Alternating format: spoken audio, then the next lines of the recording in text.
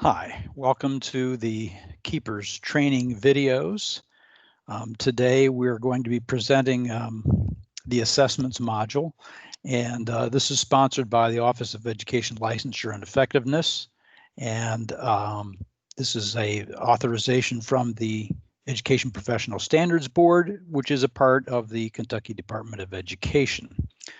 The name of the system is the KEPRS system, or Kentucky Educator Program Review System, which provides information to the Division of Educator Prep and Assessment and Internship for reviews. And so I wanted to get all that alphabet soup out of the way initially. Here are the key contacts relative to this application and the system and how it's used. And you can always stop the video at this point if you want to write some of that information down. Again, we've made a series of KEPRS training videos, and this particular video will focus on the assessments. And what we've recently done here with the assessments, because this is kind of a complicated module, we've tried to simplify things and taken an old approach which made things kind of complex. We've introduced a new structure. The old assessment module required during where you're setting up an assessment to define just one group. You'd pick one group, then you'd pick one area. And then you provide a description and how it met the standards. You'd describe the timing of the assessment, and then talk about the validity and reliability of the assessment.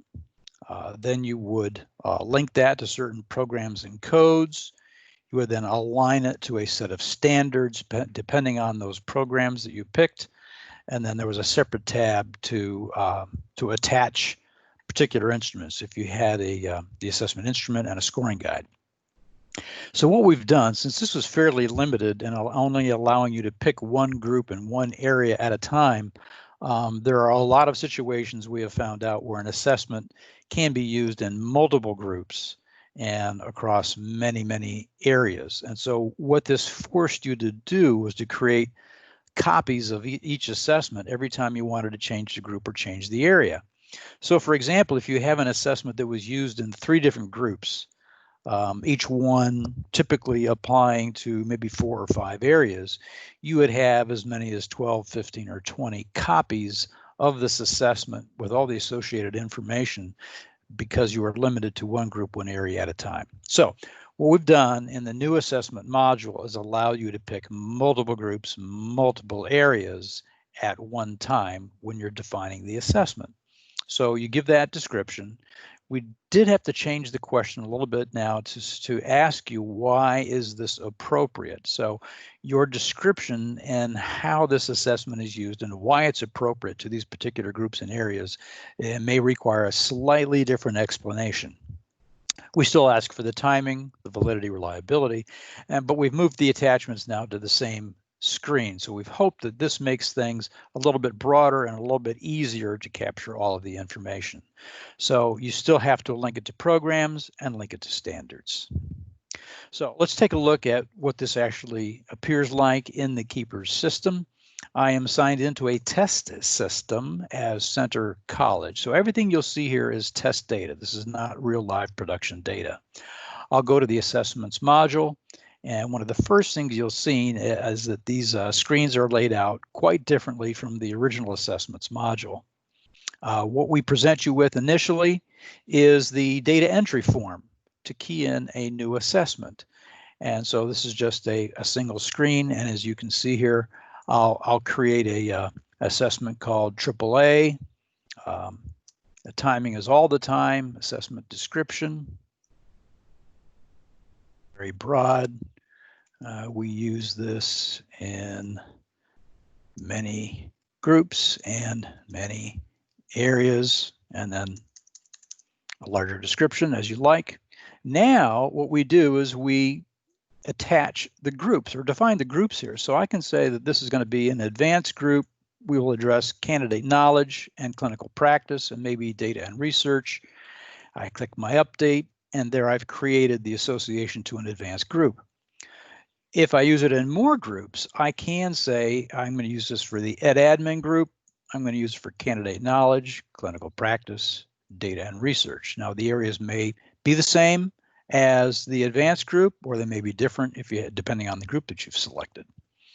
For example, if I also add an initial group, let me add the initial group, applications of content knowledge, assessment of literacy outcomes, you can see here that the areas are quite different. Assessment of professional capabilities. So now in defining this assessment, I've got 3 groups and I've got about 10 different areas, but they're all lumped in under this one definition. Why is the assessment appropriate?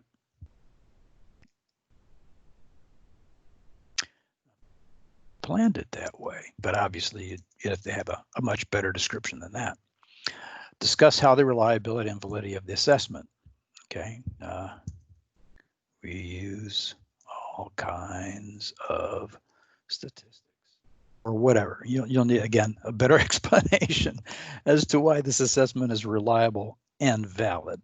And then we have the attachments, which used to be on a separate tab, but now we've included it here since these all kind of make sense. So I can say, here's my assessment instrument, and here is my assessment scoring guide, and then I'm done. I save the assessment, and I've made a new assessment.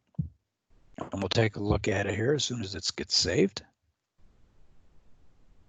So the second tab now allows me to view and edit these assessments. And here's the one that I just created. It's called AA, the group names, initial, advanced, and admin. So they get kind of put into the same cell. Here are the area names. So there's a stack of all the different areas that this particular assessment is used for. It shows who created it, when it was last updated. And we've added a column here that's kind of for tracking purposes. You don't really need to use this particular field, but we may ask you for this reference number if we're taking a closer look at what might be happening within the system. So we've got 3 action buttons down here. The first one is simply an edit. I can go back into what basically looks like the data entry screen all over again if I want to make changes to the name, the description, the timing, or whatever.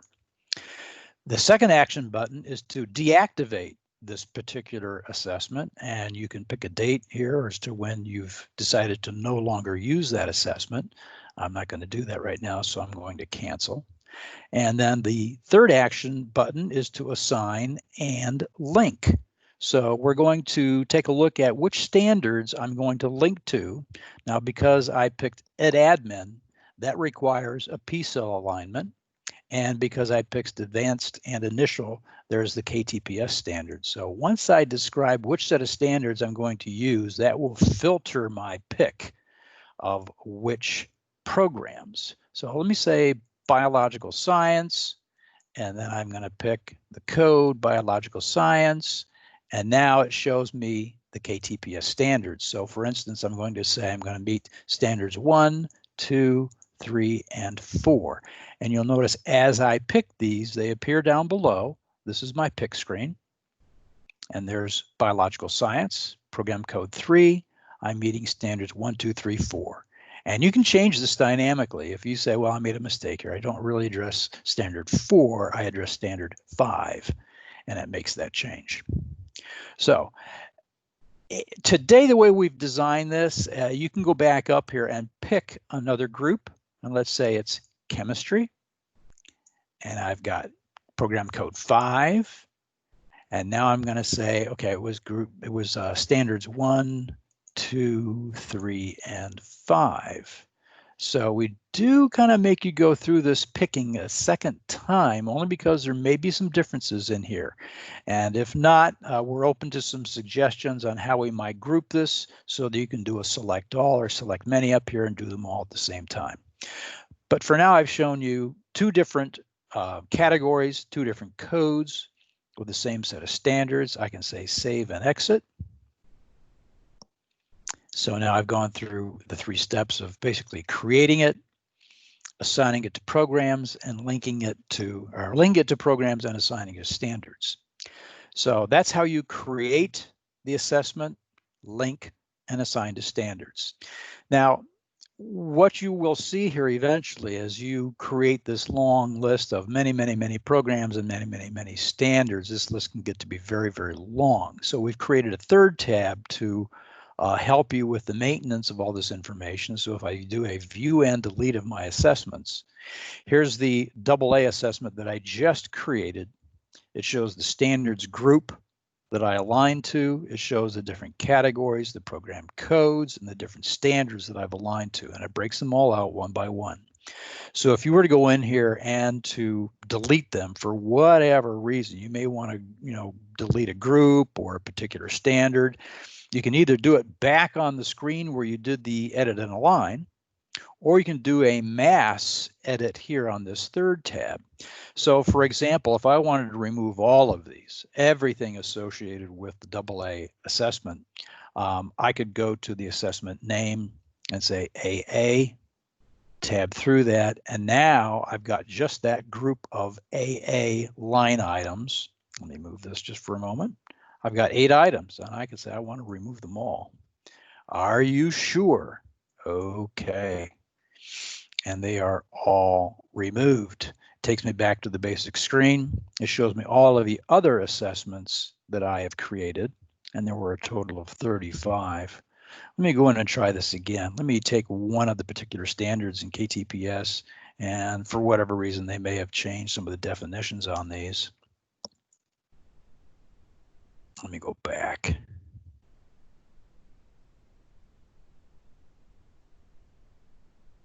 Learner development. Okay, here we go. Learner development. And again, this, for whatever reason, I've got multiple assessments, multiple program categories, but they all reference this learner development standard. And if I were going to delete them as a group, I could do remove all. Are you sure? Okay. And it deletes the learner development standard, and they're all gone. And so that's a pretty straightforward approach to looking at how we've kind of remodeled the whole assessment module.